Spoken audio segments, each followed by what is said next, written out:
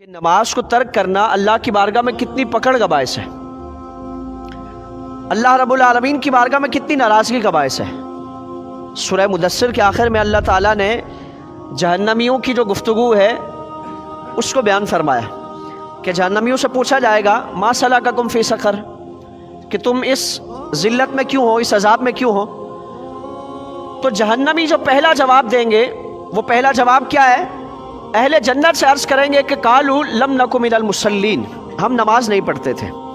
جہنمی اپنے اس عذاب کا سب سے پہلا جو ریزن بیان کریں گے کہ ہم نماز نہیں پڑھتے تھے، اللہ تعالیٰ نے اس نماز کی سستی کی وجہ سے ہمیں اس عذاب میں مبتلا کیا۔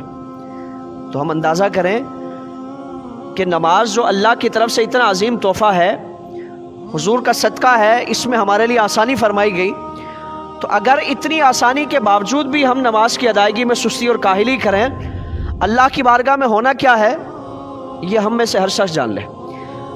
اور یقیناً ہم میں ہر شخص سورہ ماؤن جانتا ہے، ارائیت الذی یکذب بالدین، بچے کو زبانی یاد ہے۔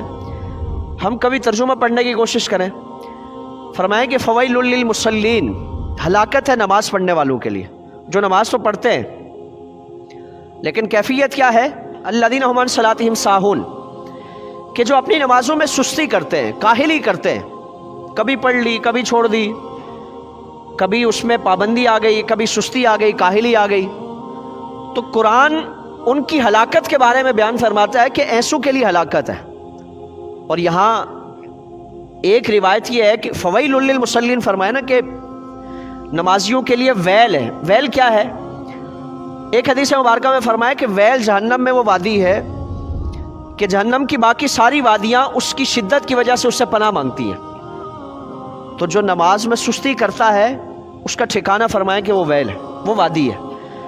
تو آپ صلی اللہ تعالیٰ علیہ وآلہ وسلم نے عذاب میں مبتلا افراد کو دیکھا، وجہ پوچھی، عرض کی گئی یا رسول اللہ یہ وہ لوگ ہیں کہ جو فرض ہونے کے باوجود نماز میں سستی کیا کرتے تھے۔